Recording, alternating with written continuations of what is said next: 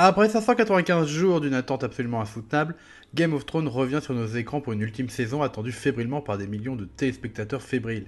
Qui va survivre? Qui va mourir? Qui finira sur le trône de fer qui a l'air si inconfortable qu'on finit par se demander qui voudrait poser son royal séant sur ce truc? Eh bien, ces questions ne trouveront aucun début de réponse dans un premier épisode digne d'un premier épisode de Game of Thrones. Sonnez les trompettes, battez les tambours, voilà qu'arrive de l'exposition. Alors, je n'ai rien contre l'exposition. Et nous sommes face à une série qui a toujours pris son temps pour installer ses personnages et ses situations. Mais on peut s'interroger quant à la pertinence d'une telle démarche quand tu n'as que 6 épisodes et une dizaine d'arcs narratifs à conclure. Alors, ne me faites pas dire ce que je n'ai pas dit, ce n'était pas nul, on ne s'est pas ennuyé, il y avait de très bonnes scènes. Mais comment dire, c'était un peu mou du ventre quand même, avec quelques ratages, notamment concernant les scènes les plus importantes, mais on va passer tout ça en détail. Intitulé Winterfell, l'épisode sera placé sous le signe des retrouvailles. Si le début rejoue l'arrivée de Robert à Winterfell dans le premier épisode, avec autant de subtilité qu'un éléphant à celle du trône, nous passant même une variation du thème de Robert, la scène marche plutôt bien. Se construisant sur un mouvement constant des personnages et de la caméra, cela permet de voir l'intégralité des personnages clés pour finir sur un plan statique dans la cour comme par hasard sur Bran. Belle idée, même si je reste mitigé quant à la première réplique de la saison qui sera une blague sur l'absence de testicules de Varys.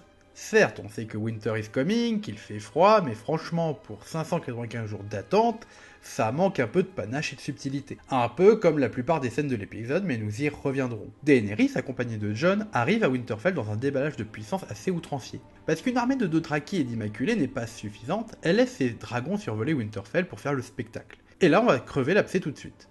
Depuis quelques saisons, je trouve le personnage de Daenerys plutôt insupportable.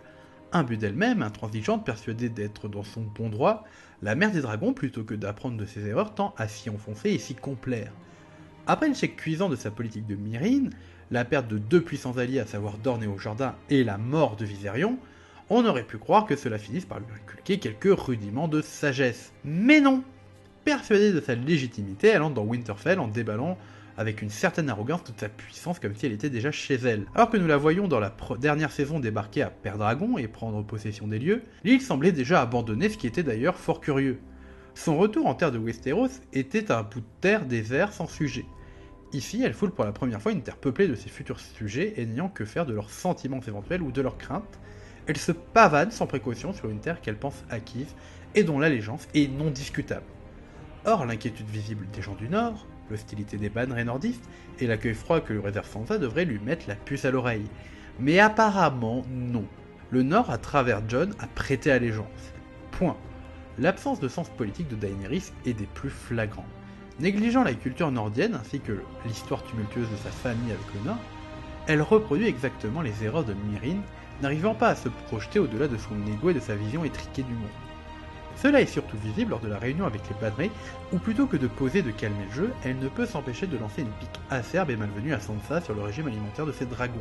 D'ailleurs, se permettant une menace voilée à Jon sur le comportement de sa sœur, lui disant que si elle n'était pas sa sœur, elle serait tentée d'eux, elle montre une nouvelle fois son inconséquence. Et, je suis désolé, mais cette réplique montre pour moi que Daenerys n'est pas une bonne souveraine. Elle est extrêmement bien entourée, elle a pris d'excellents conseillers comme Varys ou Tyrion, mais en tant que souveraine, je suis désolé, elle est aussi dangereuse que Cersei. La solution de Cersei en tant que reine, c'est aussi dangereux que d'avoir Daenerys en reine. Alors, je m'explique avant que tout le monde se méprenne. Alors, certes, Cersei est une ambitieuse qui utilise le pouvoir uniquement pour son propre intérêt. Daenerys, elle a des idées, disons que socialement progressistes. Elle veut libérer les esclaves, elle veut mettre fin aux différentes classes, elle veut mettre fin à l'ordre établi pour imposer un nouvel ordre. Mais en ne se remettant jamais en question, en détruisant systématiquement les sources d'opposition au lieu d'essayer des compromissions. Daenerys représente ce que j'appelle un despotisme de la vertu. Autant Cersei c'est un despotisme conscientisé, Cersei sait qu'elle n'est pas une bonne personne, elle sait qu'elle sert ses intérêts, alors que Daenerys, un despotisme de la vertu, c'est-à-dire une crainte exercée sur tous au nom de la vertu, au nom du bien. Et pour moi, cela est aussi dangereux. Elle n'hésite pas à brûler et à massacrer ceux qui ne sont pas d'accord avec elle. Et la moindre opposition est souvent très mal reçue. Elle est souvent intransigeante et ne prend jamais en compte la réalité du terrain, la réalité politique. Ce qui fait que, finalement, Cersei est est un des pires choix pour Westeros, mais Daenerys n'est pas un meilleur choix, je suis désolé. C'est le genre de personne qui serait capable de brûler toute une région s'il y a une guerre civile parce que les gens ne seraient pas d'accord avec elle. Et du coup, j'ose dire, Daenerys n'est pas un bon choix pour le trône. Et ce n'est pas parce qu'elle a des dragons, qu'elle est belle et qu'elle a du charisme que ça la change quelque chose. Ce n'est que lorsqu'elle est confrontée à Sam, à qui elle annonce l'exécution de son père et de son frère, qu'on la voit mal à l'aise, prenant conscience de la portée de ses décisions. Ce n'est sûrement pas assez pour qu'elle change du tout au tout, mais cela faisait du bien de la voir se manger un bon retour de bâton. On s'étendra juste que Sam ait traversé un continent entier et n'ait pas eu vent de la mort des membres de sa famille. Mais comme il reste peu de temps, il va falloir abandonner les développements subtils. Et quand on parle d'absence de subtilité, Jon n'est jamais très loin. À la manière de son père, de son oncle, Ned Stark, il a tendance à croire que les gens se rangeront facilement derrière lui et ses décisions. Certes, l'alliance avec Daenerys est nécessaire et pleine de bon sens. Mais jeter sa couronne alors qu'on venait de lui donner d'un commun accord, c'est pas le genre de chose qui met les vassaux électeurs très joasses. Surtout que bon, si l'alliance avait au début pour condition la soumission du Nord à la Reine Dragon, celle-ci avait été abandonnée après qu'elle ait vu l'armée des morts. Mais non, il est comme ça, Jon. Quand il cède la couronne, ce n'est plus nécessaire, mais il le fait quand même. Et comme dirait le poète, les hormones ont leur raison que la raison ignore. Mais cela, quoi qu'il arrive, reste une grave erreur politique qui ne passe ni auprès de ses bannerets, ni auprès de ses sœurs. Si l'on assiste à une très belle scène de retrouvailles entre Arya et Jon, on voit bien que ce dernier a toujours en tête la petite sœur qu'il a quittée plusieurs années avant. On remarque d'ailleurs qu'il considère Sansa pareil, comme la petite fille gâtée qu'il avait abandonnée. Arya ne se gêne pas de lui rappeler qu'il fait partie de la famille et qu'il ne doit pas l'oublier. Les deux grandes scènes de l'épisode lui sont consacrées. La scène de vol à dos de dragon et la révélation de ses origines. On s'étonnera pour la première d'un ton léger en décalage avec l'ambiance générale. Si la scène possède un certain charme, on est un peu étonné que Daenerys ne s'étonne à aucun moment que Rhaegal se laisse chevaucher par un étranger.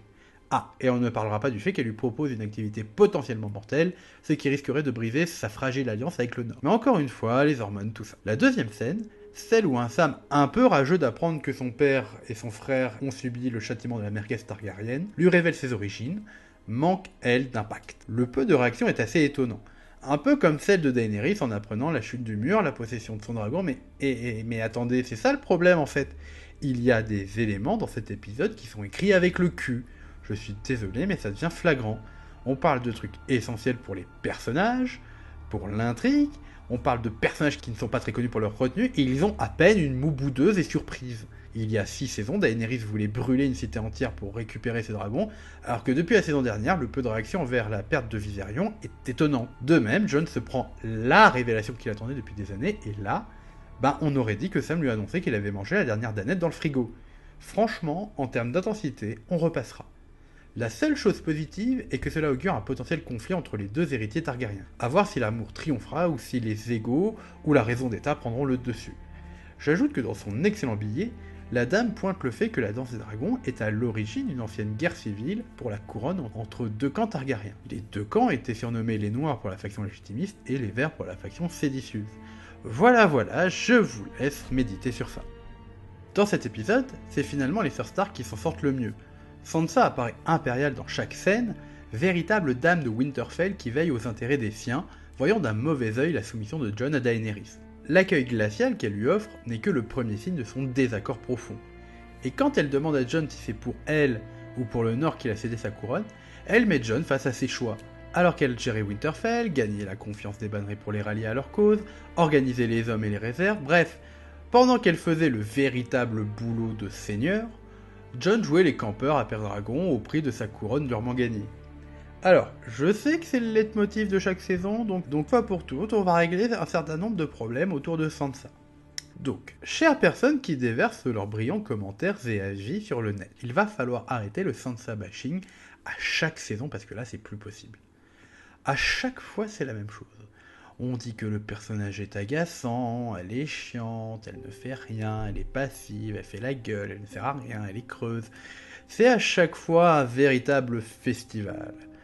Donc, je vais vous poser une question. Ceux qui critiquent Sansa pour son inutilité et son manque de développement, dans quelle mesure vos facultés cognitives sont défaillantes? À quel moment ça ne connecte pas? Non, parce que c'est compliqué à regarder Game of Thrones. Il y a plein de noms, il y a plein de personnages, il se passe plein de trucs. Du coup, je me pose la question, si vous dites ça, comment vous faites pour suivre l'intrigue? Ça doit être douloureux, ça doit être un véritable effort. Non, parce qu'au-delà des questions de féminisme, inclusivité, tout ça, on s'acharne sur un personnage, qui a réussi à tenir en étant otage de la famille ennemie et qui a survécu à l'ensemble des pires psychopathes du casting. 2, on lui reproche d'être une jeune fille de 15 ans dans un monde médiéval ultra-patriarcal où les femmes de la noblesse sont élevées pour être des monnaies d'échange matrimoniales, de bonnes épouses et pondre des mômes. Bref, on lui reproche d'être le produit de sa société et de son époque. 3, elle a juste permis à Jon de rallier les bannerets du Nord. 4, elle lui a aussi permis de remporter la bataille des bâtards en faisant appel aux Aériers. 5, elle a fait preuve de plus de sens politique en une saison que Daenerys en 7. Voilà, mais non, Sansa, elle n'est pas une représentation subversive de la féminité comme Brienne ou Arya ou Daenerys qui se rebellent contre le patriarcat. Elle n'est pas badass, elle n'a pas de dragon, elle n'a pas d'épée en acier valyrien. Non, elle a juste une capacité d'adaptation phénoménale et un vrai sens politique où les intérêts de la communauté prévalent en sachant jouer sur les sensibilités de chacun. Dire qu'elle ne sert à rien, c'est juste de la mauvaise foi. Et déjà, après la fin de l'épisode 1, on peut voir qu'elle s'en prend déjà plein la gueule pour avoir été désagréable avec Daenerys, Tyrion et Jon. Mais à chaque fois, elle a raison. Elle s'est épuisée à emmagasiner les réserves pour survivre à plusieurs années d'hiver, ça dure des années. On peut pas faire des réserves n'importe comment, ils vont crever la dalle sinon. Donc elle s'est épuisée à faire des réserves pour un certain nombre de personnes et il y a des milliers de bouches supplémentaires qui viennent. Donc stratégiquement, en termes de gestion, c'est un peu compliqué. Elle a géré les domaines. Et l'autre, voilà, elle se ramène avec ses milliers de bouches à nourrir en se la pète Mother of Dragon First of His Name. Non, je suis désolé. Et pour Tyrion, elle sait qu'il ne faut jamais baisser sa garde devant Cersei. Et à Jon, elle lui reproche juste d'avoir abandonné volontairement sa couronne pour camper. Je suis désolé, mais pour l'instant, c'est l'un des seuls personnages qui mérite véritablement de régner sur quelque chose. De par son intelligence, sa capacité à gérer les conflits, de par sa capacité aussi à évoluer dans ce milieu, et surtout à comprendre les priorités et les jeux de pouvoir, qui n'est pas le cas de tous les autres. Ensuite, l'épisode sera l'occasion de plusieurs scènes de retrouvailles assez sympas. D'ailleurs, comme sa sœur, les scènes de retrouvailles de Arya seront plutôt chouettes, que cela soit avec Jon, Gendry, où on sent aussi que les hormones bouillonnent parce que apparemment c'est la thématique de la saison, et surtout avec ce bon vieux Sandor. C'était tellement beau que j'ai cru qu'ils allaient se faire un câlin. Bref, si on peut résumer, tout ce qui se passe à Winterfell est très réussi concernant les sœurs Stark, mais assez inégal concernant ceux qui pourtant sont les personnages principaux de la saison. Je passerai très vite sur Tyrion, Varys et Davos, assez anecdotique pour ce premier épisode, et je laisse à internet les mêmes sur Bran.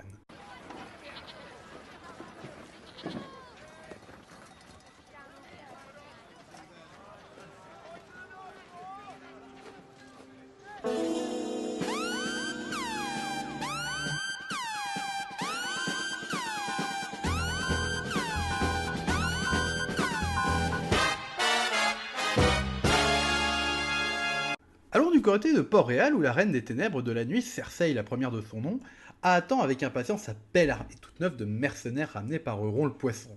La patrouille est éléphant, sa chenille de feu savant, la campagne apprend les oreilles au vent.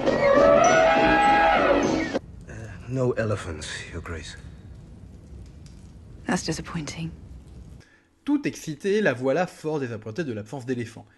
On la comprend, ça en jette sur le champ de bataille, ça a fait ses preuves sur les champs de Pelennor. Mais ne la voilà-t-il pas en train de digérer sa déception en labourant les accoudoirs qu'Euron nous sort le plan Love Machine by Dean Ferney. Cersei finit par céder à cette déferlante de sex-appeal et de galanterie, plus pour flatter l'ego de son amiral et mieux le contrôler que par véritable envie. Cersei s'est toujours servi de sa sexualité pour manipuler les hommes qui l'entourent. Elle n'a jamais hésité à utiliser l'une des rares armes qu'elle possédait à l'époque où elle n'était que reine douairière.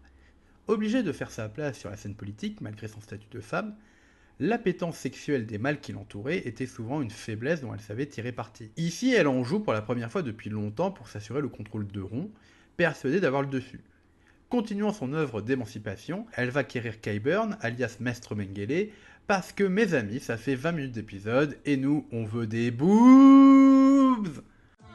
Et vive, vive, vive les gros nichons, les paires de seins comme des ballons, en porc, en poire, ovale ou rond, faut du volume sous le téton. Ah, ça nous avait manqué une bonne scène de fesses random sous prétexte de faire de l'exposition. L'occasion de revoir l'ami Bronn mandaté par Cersei d'aller trouer le cuir de ses deux traîtres de frères. Alors, j'aime énormément cette idée d'arbalète. Déjà parce que cela représente une forme de talion, œil pour œil, dent pour dent. Et c'est surtout symboliquement très fort. Cersei a toujours souffert du fait d'être dans l'ombre d'un père qu'elle admirait, mais qui ne pouvait la considérer que comme une femme. Sa mort était à la fois une délivrance et un déchirement. Ce n'est que lorsqu'elle fut débarrassée de Tywin qu'elle put commencer à s'accomplir réellement et à déployer toutes ses capacités. À cela, il faut rajouter que cette émancipation passe aussi tragiquement par la mort de Joffrey, qui souhaitait exercer une domination malsaine sur sa mère, et ensuite Tommen. Or, l'arbalète était, avant que Tyrion ne l'utilise pour tuer son père, associée à Joffrey. Enfin, elle ne sera que véritablement libérée après s'être débarrassée des deux derniers mâles Lannister, s'émancipant ainsi de tous les hommes de sa famille. On finira par le fait qu'il y ait une consonance très phallique dans l'arbalète, mais laissons Freud tranquille. C'est l'occasion aussi d'apprendre que Yara, toujours en vie, est gardée vivante dans la cabine de Ron qui aime bien aller la taquiner entre deux pintes. Mais que voilà. Un cavalier qui surgit hors de la nuit court vers l'aventure au galop. Son nom, il le signe à la pointe de l'épée. La scène la plus bancale et la plus balèque de l'épisode. Faut dire que les Fernets ne semblent avoir aucun talent de vigilance. Dans la dernière saison, la flotte Greyjoy Targaryen se faisait encercler sans préavis par un Euron, par on ne sait quel miracle scénaristique. Cette fois c'est le contraire, c'est Théon qui se faufile en plein milieu d'une flotte, plus discret qu'un shinobi de l'ombre, et tout ça pour dire au revoir à Yara qui va préparer les îles de fer au cas où. C'est-à-dire que c'est une fin de tournage pour l'actrice, et peut-être un Deus Ex Machina dans 3 épisodes, voilà, ça valait vachement le coup. On finit par une des meilleures scènes qui va non sans rappeler l'ambiance du célèbre The Thing de Carpenter. L'occasion de voir les survivants de la garde de la nuit arriver à hâtre les confins après le passage du roi de la nuit. On passera outre sur le comment ont-ils fait pour s'en sortir entre un dragon mort-vivant, une armée de zombies et l'effondrement du mur, mais t'inquiète, pour Régis le scénariste, faut tracer, point de temps pour les questions. On retrouve alors la Dream Team composée de Tormund, Beric et Ed la Douleur, qui découvre le massacre de la maison Omble, les marcheurs blancs ayant laissé un petit message en forme de gamin épinglé au mur avec un symbole composé de Montbruma. La scène est glaçante, horrible, extrêmement tendue et augure de l'horreur à venir. L'épisode se conclut par l'arrivée de Jaime Lannister à Winterfell qui tombe nez à nez avec Bran Yoda, une scène qui augure du bon pour la suite. Si cela faisait plaisir de retrouver Westeros, force de constater qu'on était sur un épisode un peu ventre mou, avec quelques ratés. Alors qu'il ne reste que 5 épisodes, espérant que cela gagne un peu en intensité et que le développement des personnages et la conclusion des arcs narratifs de chacun ne sera pas sacrifié sur l'autel du spectaculaire et de la facilité scénaristique. La semaine prochaine promet, après 8 ans d'attente, le roi de la nuit débarque, préparez les mouchoirs, ça va trancher. Merci à toutes et à tous pour votre visionnage. Avant de vous quitter, un petit instant promotion. Donc si vous cherchez des véritables analyses de Game of Thrones, qui ne soient ni du résumé un peu développé, ni du simple je donne mon avis sans réflexion, quelques conseils de lecture. Je vous recommande vivement pour commencer le livre de Marianne Chaillan, Métaphysique des meurtres, une analyse philosophique très bien menée du Trône de Fer. C'est intelligent, détaillé et facile d'accès. A l'occasion de la sortie de la saison 8, Philosophie Magazine a sorti un numéro spécial consacré à Game of Thrones, plutôt de bonne facture avec des articles intéressants. Enfin, et j'y tiens beaucoup, je vous encourage à aller lire les billets de la Dame sur son blog. Voilà presque 9 ans qu'elle chronique chaque épisode de la série et c'est un véritable bonheur. Intelligent, drôle et érudit, ces billets font partie des meilleures analyses que j'ai pu lire et j'avoue leur devoir beaucoup sur ma manière d'aborder la série. Elle a d'ailleurs réalisé une série d'articles extrêmement bien faits sur les costumes des personnages féminins. Moi qui me contrefiche habituellement de ce genre de détails, c'est vraiment excellent. Donc plutôt que d'écouter des pseudo-analyses de gens s'appuyant sur leur notoriété pour faire croire qu'ils ont des avis intéressants, allez lire le blog de Chez la Dame, vous ne serez pas déçus. Je vous dis à la prochaine, et en attendant, n'hésitez pas à réagir, commenter et liker, philosophiquement bien à vous. Oh shit! Oh shit! Oh shit! Oh shit! Oh shit! Are you ready for this? Oh shit! Oh shit!